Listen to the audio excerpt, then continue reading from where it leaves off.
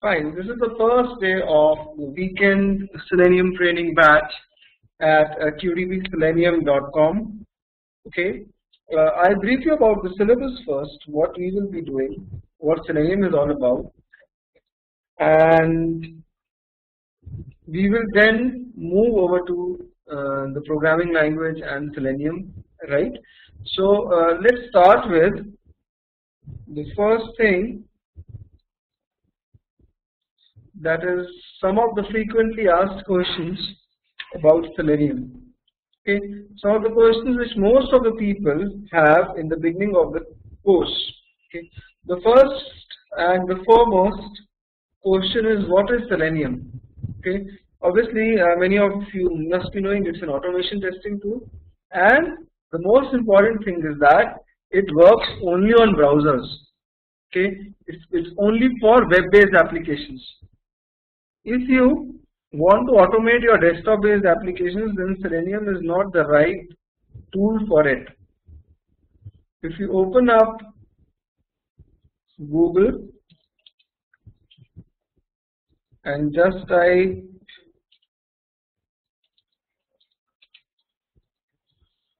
download Selenium, then this is the official site.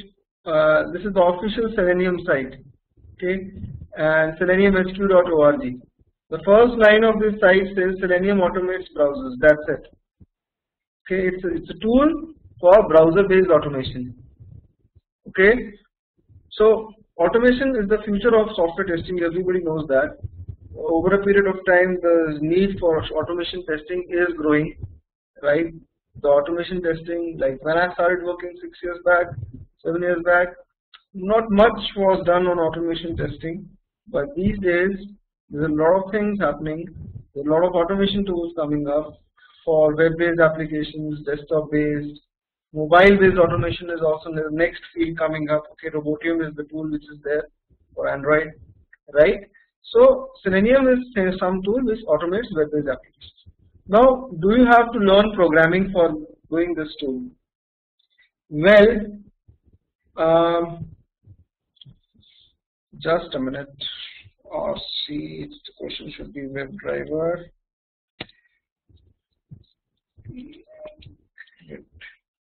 Okay, so the thing is, do I have to learn the programming language? This is the first question which most of the people ask me. To answer this question, I will first answer this question, that what is Selenium RC, WebDriver, IDE and Grid. Okay, now if you look at the history of Selenium, how it evolved over a period of time. Selenium in the beginning, something known as three tools came up when Selenium was introduced in the market for the first time. Okay, 3 tools came up. First one was RC, second was known as IDE,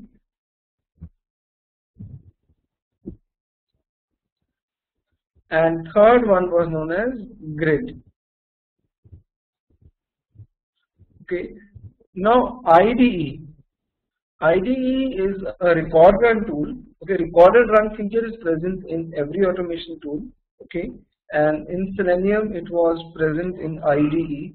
Okay, IDE it's a very strong tool. It's a very good tool, but the problem is it only works in Mozilla. The tool only works in Mozilla and in no other browser. Okay, that's the major limitation of IDE. So what they used to do, ThoughtWorks. Okay, ThoughtWorks is the company which is responsible for developing Selenium and components in Selenium, right? It's a company which made IDE, RC, Grid, and all everything. Okay, now it came up with RC.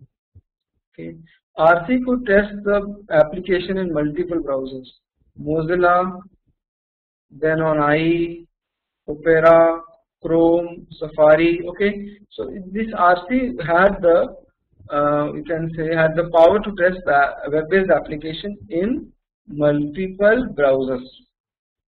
Okay, now this RC has a lot of drawbacks in it. right? There were some features which should be a part of automation testing tool.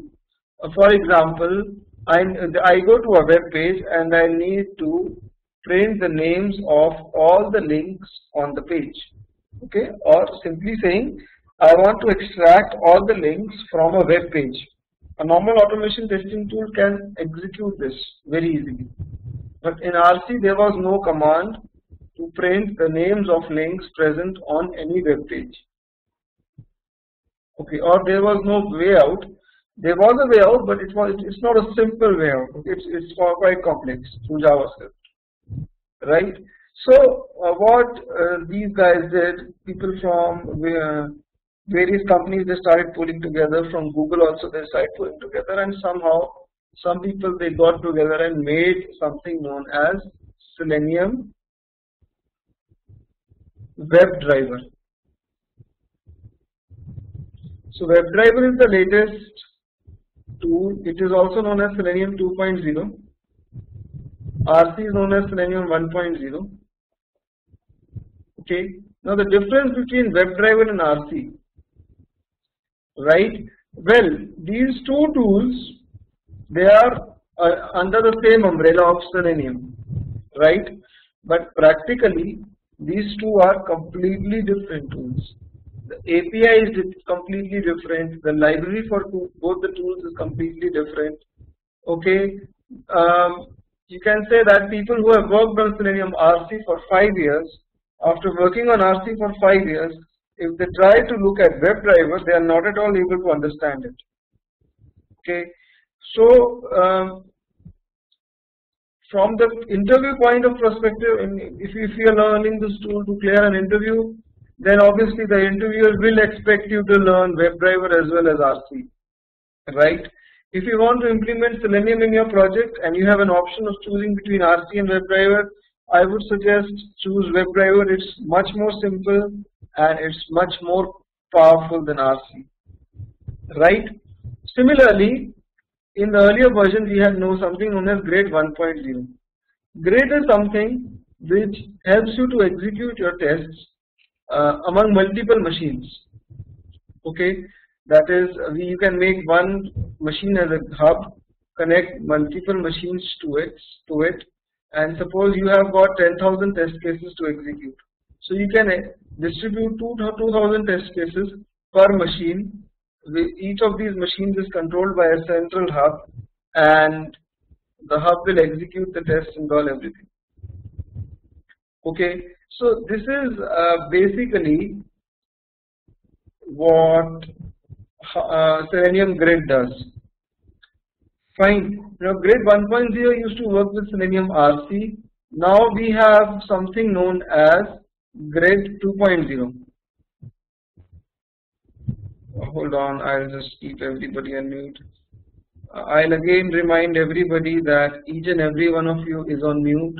If anybody is having any questions, he can move his mouse on the top of the screen, click on the participants tab, and click on the red mark against the name and unmute himself and speak up. Alright, so you can unmute yourself and speak in case you have any questions.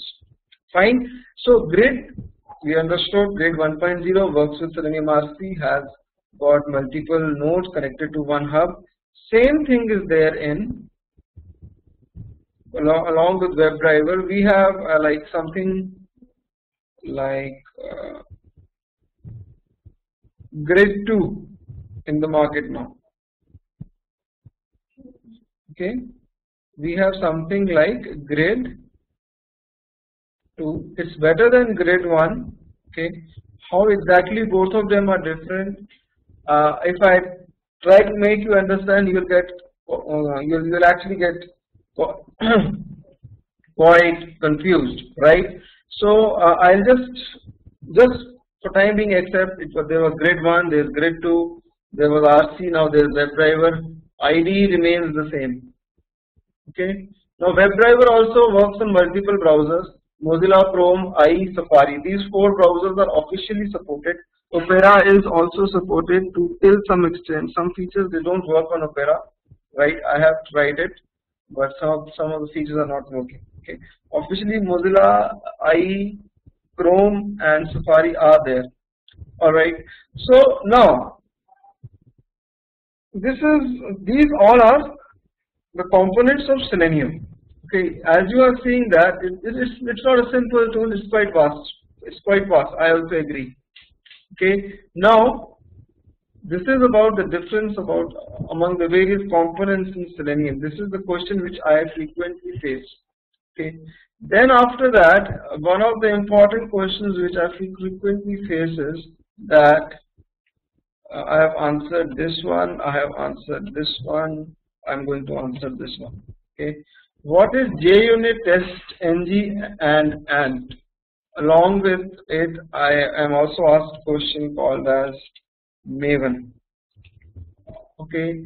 Now, if you are working with Selenium, okay, Selenium is a tool which will interact with the browser. Fine. If you have a browser, then Selenium will interact with the browser. Fine. But as a tester, when you automate your application, okay, you will be making number of scripts. Each script will denote a test case. Right? So you make scripts like script 1, script 2, script 3, till script number nth script, script n. Now you need these scripts to execute in a certain order, right? These scripts will hold nothing but they will hold your Selenium code. Okay. Along with it, we always prefer that we should be reading the data from an external source like an Excel file or say an XML file. Why? This is because we keep our scripts separate, we keep our data separate, so that as an automation test engineer, if you have successfully made your scripts, right? If you have successfully made your scripts and you won't have to go inside the scripts and change the data again and again. Fine. Suppose you give your script to your junior to just execute. That guy has not got any automation testing experience.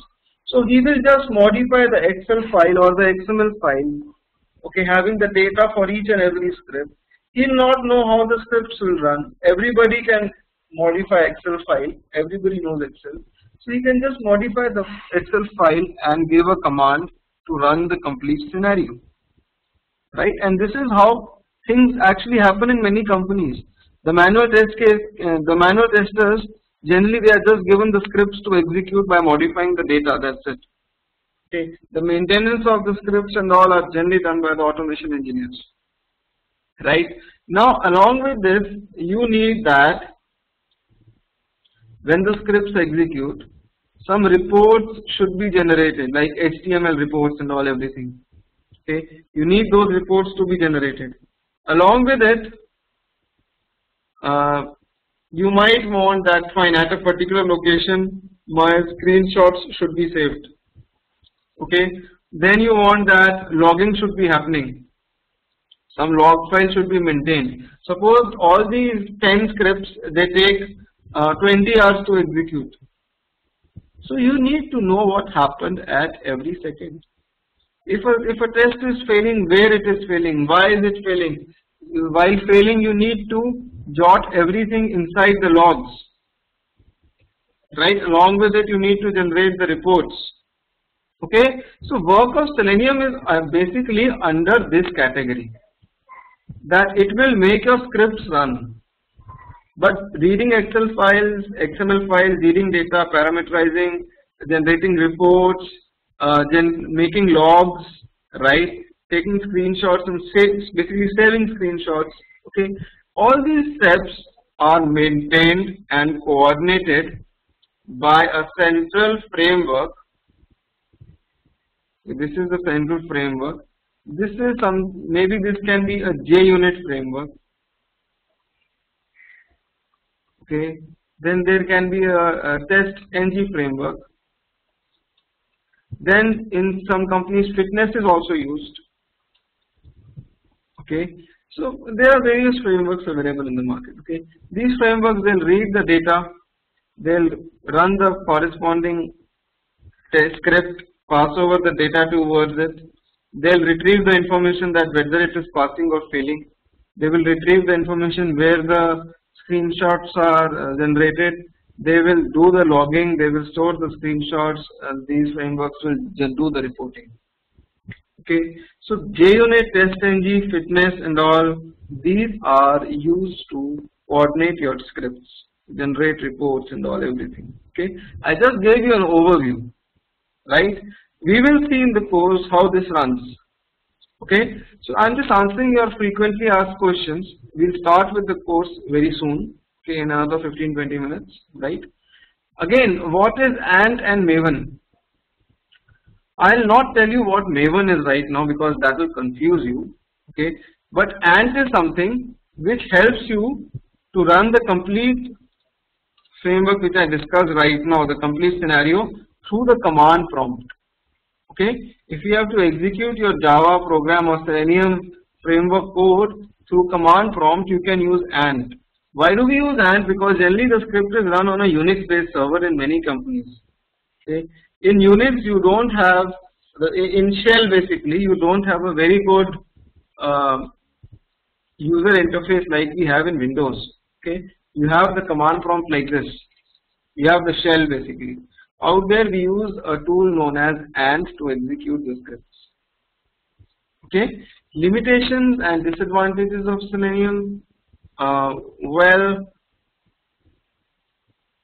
basic limitation is that it cannot test desktop based applications. Okay, if you compare it with QTP, which is again there in market, QTP can test desktop based applications, but Selenium cannot test. But 80% of the applications in this world are desktop based, web based, and Selenium can be used for them, right? Another thing, to learn Selenium, you have to be a little bit practical, you have to be a little bit oriented towards programming language. Now I come over to this question, do I have to learn programming? The answer to this is that yes, you have to learn programming. Okay, there is no running away from programming. Okay, whether you pick up any tool, QTP or self-test, right? You take up any automation tool, you will have to learn programming. Okay, now again some people tell me, fine, in Selenium I have to learn more programming, in QTP I have to learn less programming. There is nothing known as more programming or less programming. Okay, a logic is always a logic whether it's implemented in any programming language. Okay, it's nothing like QTP is easy and Selenium is difficult to code or something like that. If you have the knack, you can code in any tool. You have to develop that habit, right? You have to learn that, and I'll answer the last question later on. Okay, so these are the questions about this tool, Selenium. Okay, if you have any other questions regarding this tool, let me know, I'll answer that. Okay, now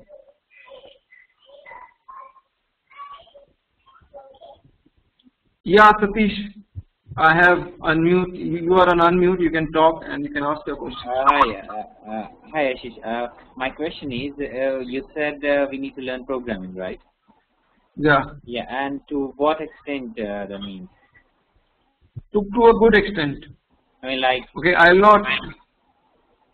Sorry. To a good extent. Okay, I'll tell you what. Okay, basically, whosoever made Selenium, okay, he made the core of Selenium in JavaScript. Okay, this is the core of Selenium.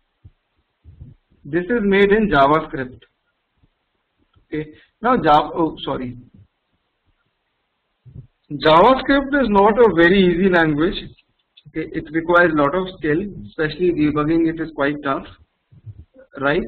Now what he did, or what the entity did, you can say in layman terms, they actually put a wrapper around it and gave us the power to implement the Selenium tool in any one of the languages like Java, C#, PHP, Ruby,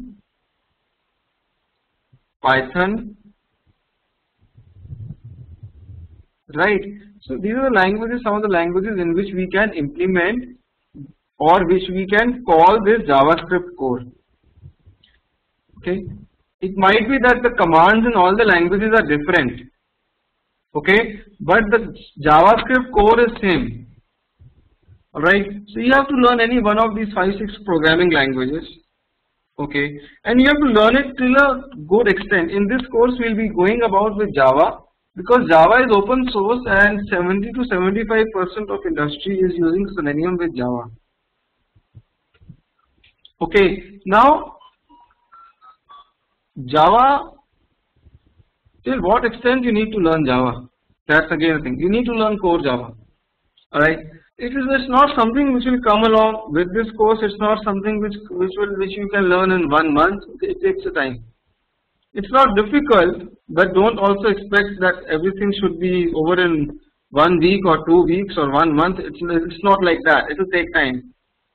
Okay, so be prepared for it. Right? Don't hurry up.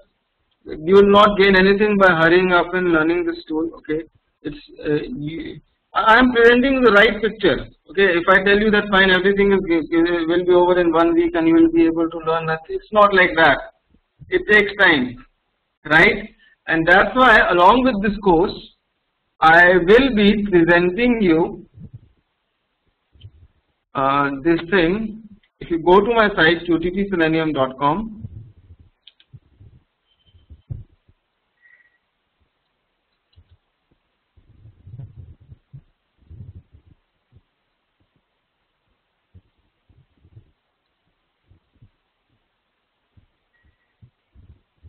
what I have done is I have made total 37 training modules in Selenium. Okay, and I have made videos on every training module. Right, you will be getting an access to all these videos forever along with this course. Right, so that even after the course you are able to refer the videos and you are able to learn from them. Okay, in the course we will be covering Java, we will be covering WebDriver, and we will be covering frameworks. Okay, again a topic comes up, which kind of framework are you covering in the course? Okay, there are many frameworks available in the market called as Datadriven, then something known as Hybrid, and something known as Page Object Model. Okay, I'll cover any one of them, whichever you want. Okay, generally people want to learn this one, Page Object Model. Okay, I can cover it. Right, the videos on these frameworks are also there on my site. Okay, Page Object Model framework I'm putting up, right, in another 5-6 days it will be there, but the data driven and the hybrid frameworks are there in the 19th module or 18th to 21st, right. So along with this course you'll get the access to the videos so that even after the course you are able to revise from them. Right, so this is about the course, about the tool. Now we will just start off with the course and see how we will be continuing, and I'll start off with Java language. Okay, now there are some people in this course who have got no language background, or like I want to know how many of you have never ever done programming. Is there anybody in the course who has never done programming, who has never been a part of programming, not even C language? I'm not just talking about Java, in any language. Is there anybody? Please let me know. Accordingly, I will go in the course. You can unmute yourself, you can speak, or you can also message me on Skype. Alright. I hope everybody has done little bit of programming. Everybody knows little bit of C or C++, whatever it is, or wherever you studied. Right. So basically, we will be starting off with Java. First of all, Java is a platform independent language. And the first thing which you need to do is that you need to download Java, install it, which everybody must have done it, and you have to download and configure Eclipse on your system, right? If you have a 64-bit machine, please note this, if you have a 64-bit machine, you will also have to download JDK. Go and say download JDK and install JDK from here. Otherwise Eclipse will not work. Eclipse is an editor for Java in which you can write the Java code. Like for C it used to be Turbo C. Okay. So Eclipse, this is Java SDK or JDK, sorry. You can download JDK from here. JDK downloads. Okay. And you can install it just like any other software. It will just take 5 minutes. But after that, what you need to do is you need to go to Google and download Eclipse. Fine. And you can download, go to Eclipse downloads and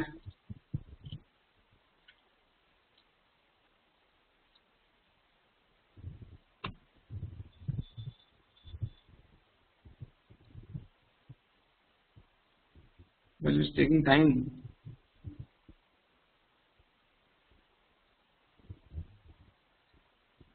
Okay. Anyway, it's not opening. Go ahead and download this one, Java IDE, Eclipse IDE for Java EE developers. Download this one. Okay. Once you have downloaded Eclipse, it will come into your system as a zip file.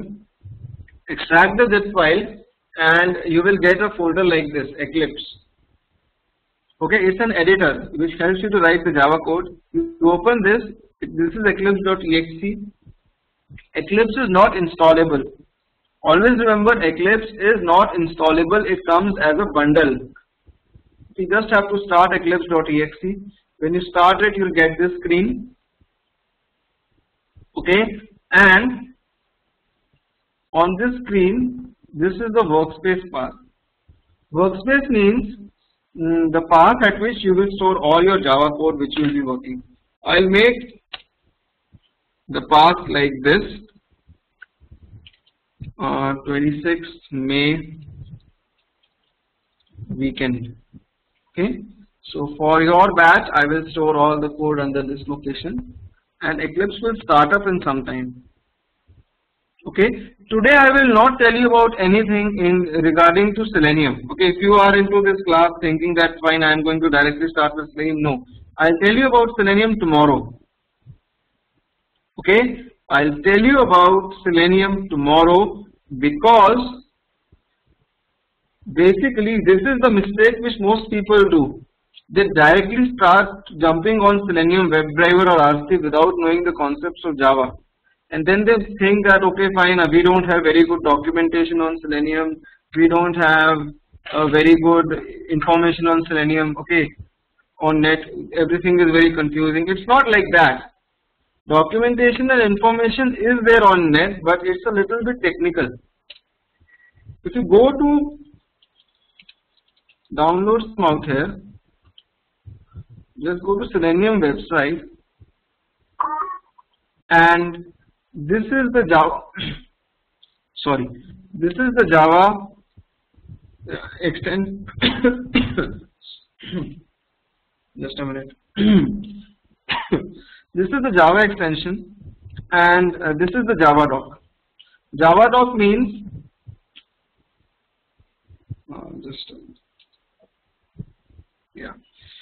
Java doc means the documentation of Selenium, the Java documentation of Selenium, right? If you open this up, then you will get a documentation like this. For many people, this is very confusing, like what is this, they don't even know. They don't know this because they don't know the concept of Java, they don't know the concept of object oriented programming. Okay, so if you start in the right way, if we start in the course by learning the concepts of object oriented programming, then we will be easily able to read this Java documentation. And once you are able to read this Java documentation, you will be easily you will be very comfortable with Java language, sorry, with Selenium as well as Java language, right? This is the documentation of Selenium.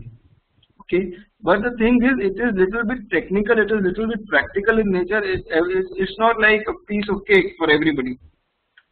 Okay, so first of all, let's start with Java. I'll start with the concepts of object-oriented programming as well today, and if time permits, I'll also talk about Selenium, or I'll talk about Selenium tomorrow. Okay, now once you have started your Eclipse, okay, this will be the welcome screen. You can close the welcome screen from here, and you will get this window. This is the Project Explorer. Okay, and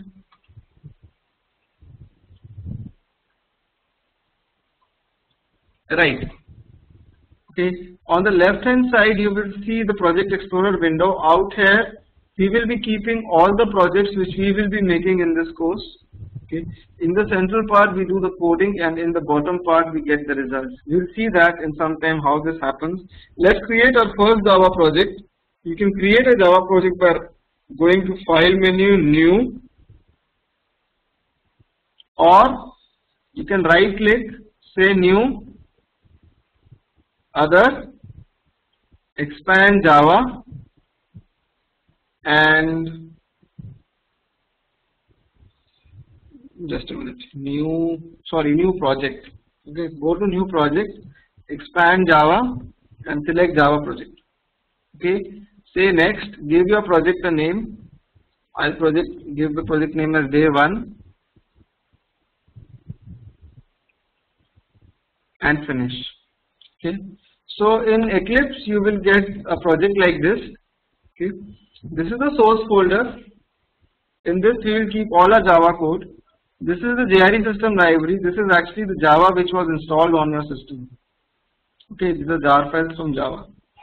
Right? If you go to the properties of this project, you will see the path at which this project is lying. Under resources, you will see the path at which this project is lying. I am telling you this because these are very simple things. They make our life miserable if you don't know them. Okay. Sometimes people, they spend half an hour to search where this project is lying on my workspace. Okay. So let's start with simple things. We'll go on to complex things as well.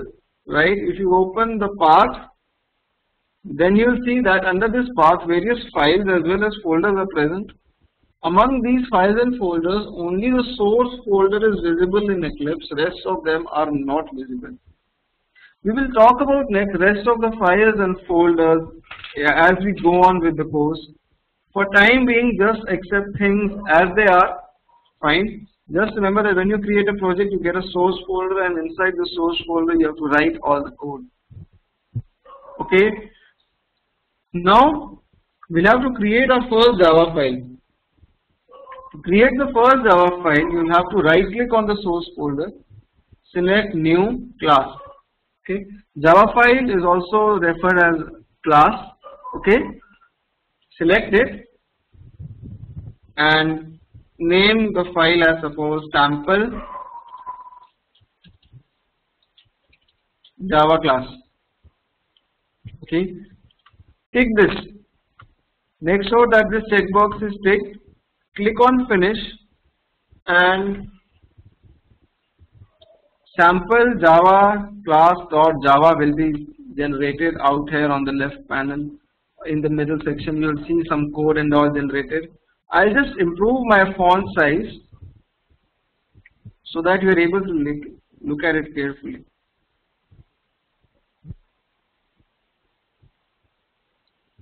Okay. So I'm just concentrating on Java on this class so that later on you are able to, yeah, I think the size is okay. Fine.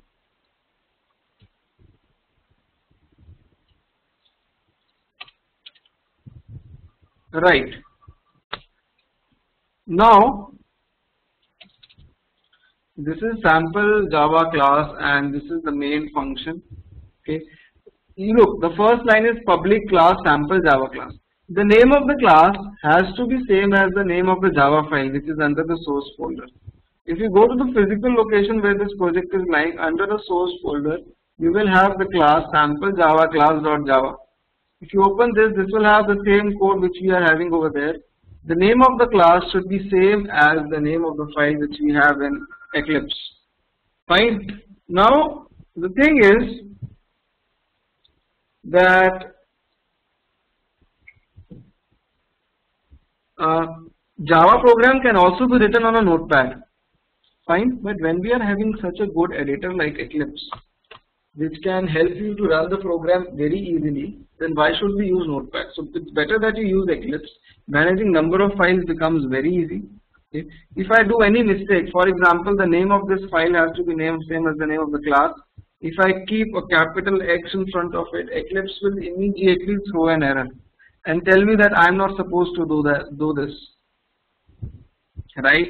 If you move your mouse over the error, you will get the fixes. It's giving two fixes, that either name the Java file with the X word in the end of it, or rename this.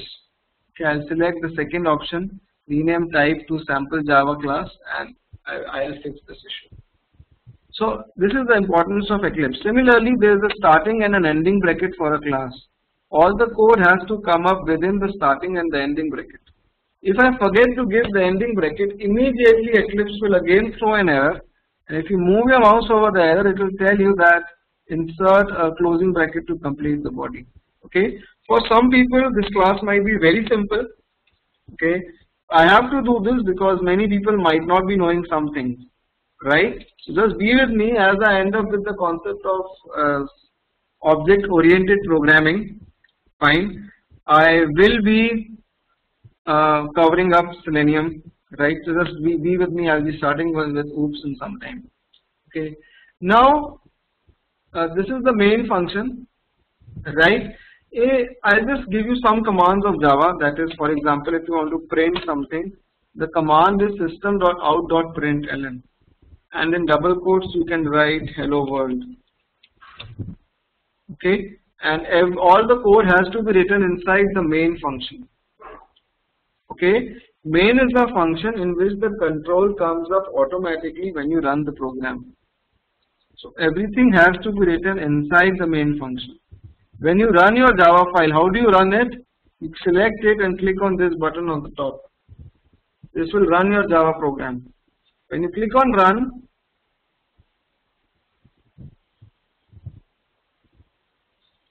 at the bottom under console you will see hello world written. Okay, hello world. Fine. So now system.out.println. The shortcut is you type SYSO, then hit control spacebar. Okay, that is you type SYSO plus control plus space. Okay, after typing SYSO, hit the combination of control spacebar, automatically system.out.println will come up. Right? Okay, now some of the words are red in color and all everything. Okay, just accept some things as they are. As we proceed with the course, you will understand what static is, what public is, what void is, about everything. Okay, now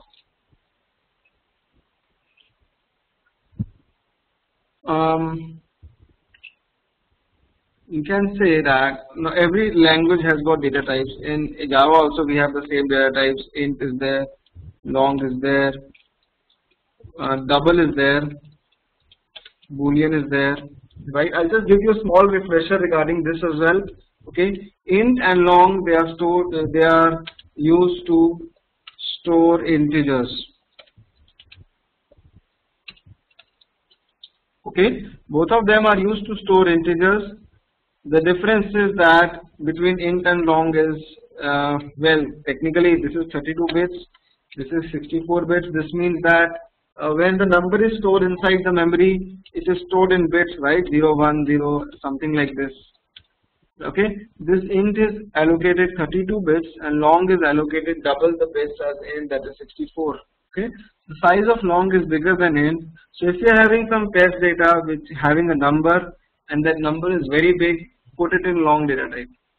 Okay, because at times int might not be able to, you can say, accommodate that number. Fine, but this cannot be used to store a decimal numbers. See, I get an error.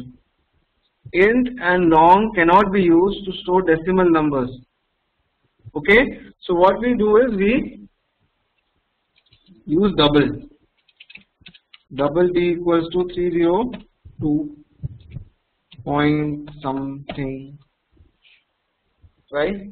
So double can be stored to use decimal numbers. Int and long can be stored to use. It can be used to store non-decimal numbers. Then there is something known as Boolean.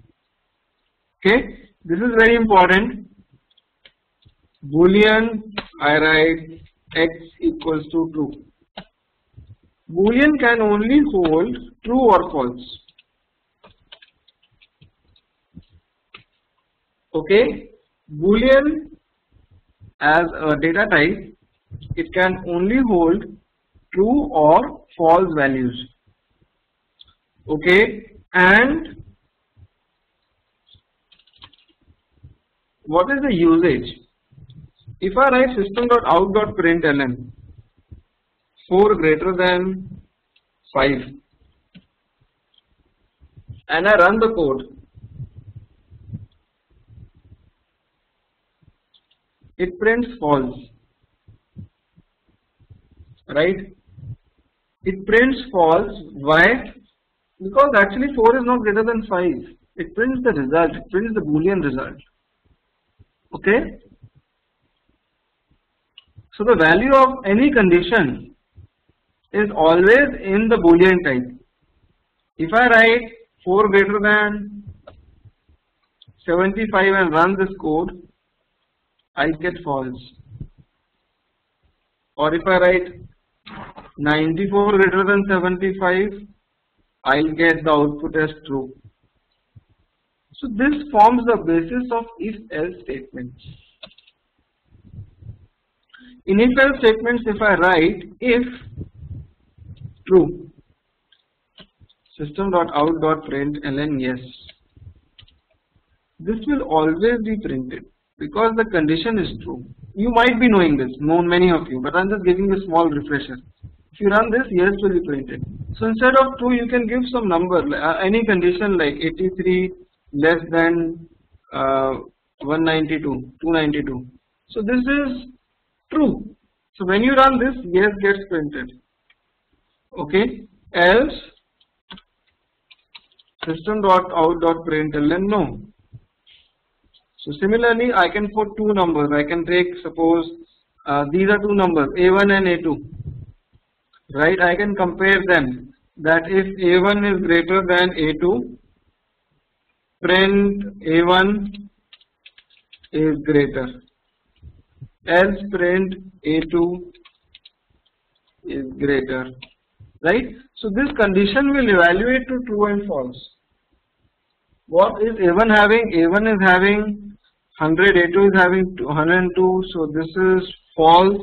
A1 is less than A2. So when you run this, it prints A2 is greatest.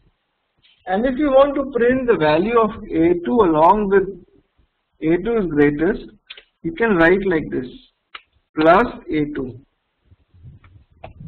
Why am I writing like this? This is a string. This is known as a string type. I am concatenating an integer with a string. Okay, if I write A2 inside it, inside the string, it will be printed as it is. The value of A2 will not be printed. This is the mistake which many people do.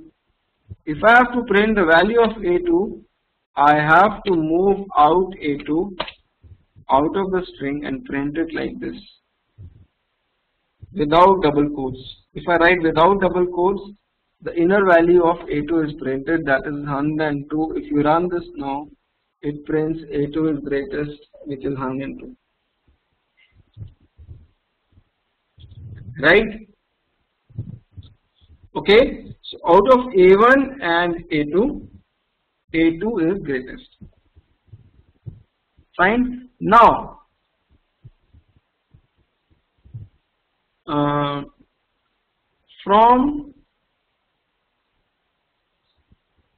this, okay, from basically this, the if-else statements they come up. right? And similarly, you have got loops like for loops, like while loops. Okay. Now I would request everybody to go to my site today and watch this video, because I don't want to repeat some stuff which is irrelevant, which everybody will find quite boring, like loops and all. Everybody knows the concepts of loops. Okay. Just watch training video 2.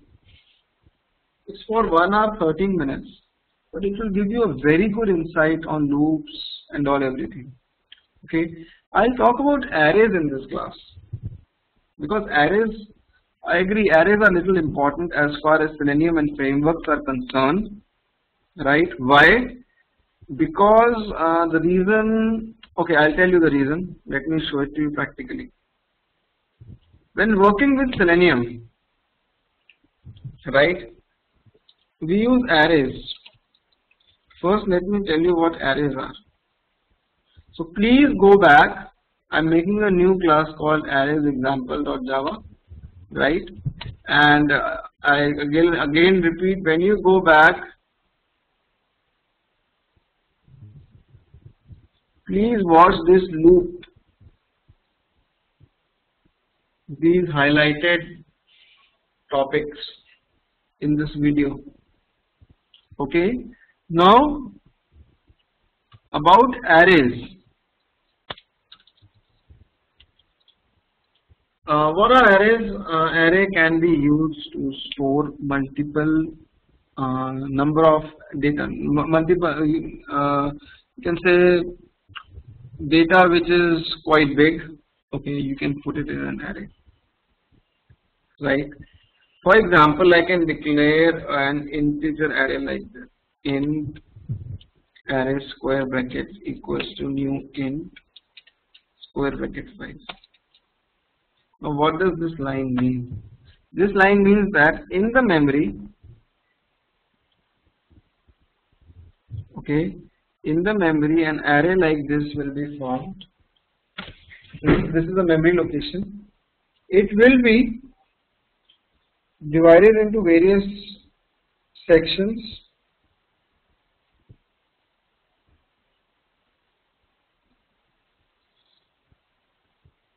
There will be total 5 sections, because I have specified the size 5 out here. Okay. Each section will be represented by an index like 0, 1, 2, 3 and 4. Okay, and in each index you can store a number. Okay, you can store an integer in each index, right? So what you do is you store it like this: array, in the 0th index you can write I am storing the number 100. In the first index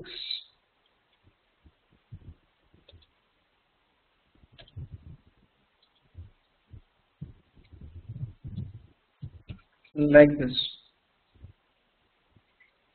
Okay, so array arr equals to new int, and in array 0 we have got the number 100 stored.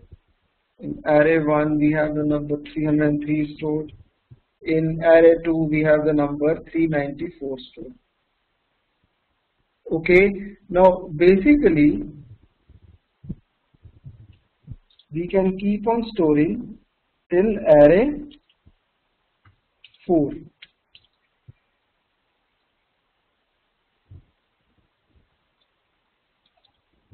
So I have stored 5 numbers in this array. I cannot store more than 5. It's illegal. I will get an error while executing. Fine. If I have written 5 over here, I can just store 5 or less than 5 numbers in this array. Right? Now, if I write system.out.println array.length, it will give you the length of the array. that is 5. Right? Now, why am I talking about arrays? Why are arrays important? Okay, arrays are important because generally we keep our test data while testing inside arrays. We know the size of a test data. Every tester will know the size of his test data. Okay, I cannot just omit 5 from here. I will get an error. It's mandatory for me to give the size of the array. Okay, but there is like what kind of array we use and how do we use it. I'm going to talk about it now. There is a disadvantage of array as well. Okay, the disadvantage is that the size, right? I have to always mention the size. This is the first disadvantage. So suppose I have a practical scenario with me. Okay, I go to suppose any airlines website. Okay, a website of any airlines, and I want to book a ticket between 2 stations. Right? Now, when I try to do that, okay, suppose I am on CathayPacific.com or BritishAirways.com, and I want to book a flight between 2 stations. I search for the flight and I get 10 different flights. Okay. Now I can pull out the names of all the flights and put them in an array. I can put them in a string array, suppose. String str. String means something which will be which can be in double quotes. Okay, string is always there in double quotes. It represents alphabets in English like this. You can make a string like this. Like string course equals to Selenium course. You can have number of characters inside it. It's a group of characters. Right? So any index in English sentence and all, you can put this in a string. So out here we will make a string array containing 3 strings. Okay, but suppose the number of flights are 10 flights. I search for flights between 2 stations. I get 10 flights.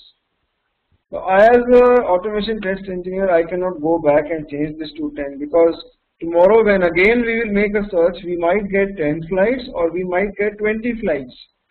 So we don't know the exact size of the data which is coming from the application, okay, or the result which is coming from the application. So we cannot use array in this scenario. Okay, we cannot use array in this scenario. We can't even think of using it because we don't know how many flights will we be getting tomorrow or day after tomorrow in the list of flights. Okay, this is the first disadvantage. Second disadvantage is that if I have a string array, I can only store strings inside it. Like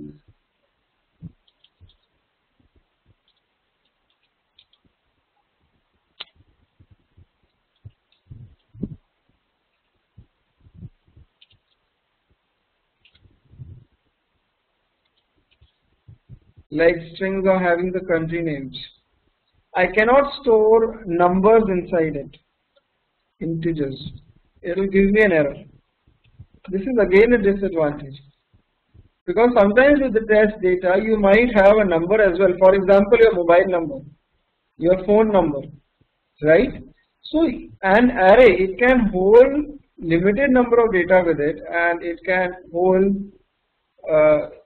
only one type of data. Okay. Now I'll tell you about the workaround for it. Okay. But first, let us see how to overcome the second drawback, that is, it can only hold single type of data. To overcome that drawback, we make an array of an inbuilt class known as the object array. Object class. Object class is an inbuilt class in Java language. It is the superclass of all the classes, we will see what superclasses and what exactly object classes when we study interfaces in project or when we'll be studying that inheritance. Okay, when we will study inheritance in object-oriented programming, we will have a clear picture of what object class is. For time being, accept it as it is that there is an object class in Java. This time being accepted like there is a string class. In object class, you can store anything. I can write object 0 equals to India, object at the first index,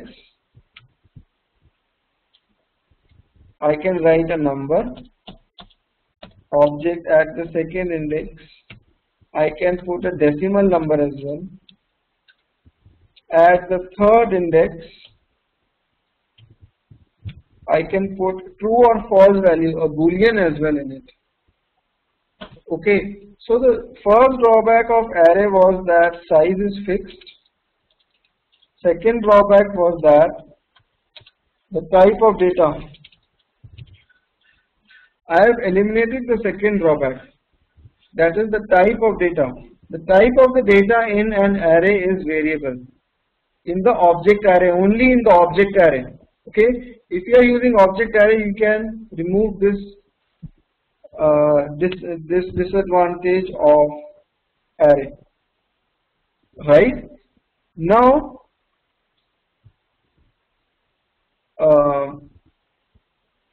practically, okay, I'll come over to this point. Okay, in some time I'll come over to this point. Practically, when should we use arrays? In Selenium, we will be using arrays to store our test data, because generally we know the size of our test data.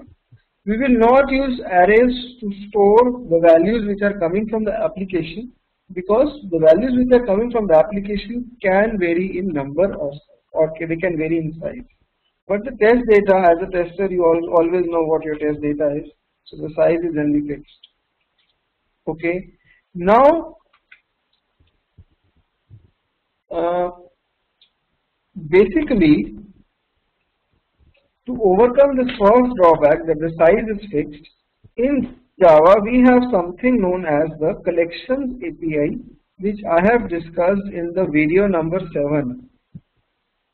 This one. No, sorry, in the video number 6. Okay, collections API. In this we have got something known as array list and all, which overcome the first drawback. Okay, we will not talk about array list as of now, but keep in mind that the we can have an array with variable size as well. Okay, we'll talk about it later on. Okay, now when we work with Selenium, practically we use a two-dimensional array. We don't use a single dimensional array, we use a two-dimensional array. We use a two-dimensional array like this.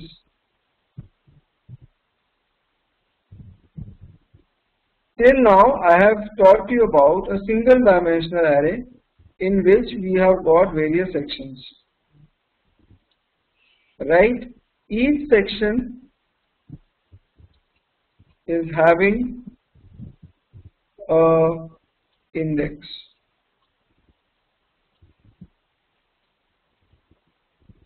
Okay, each section will have an index. This is single dimensional array. So practically, we work with multi-dimensional array. That is two-dimensional array basically.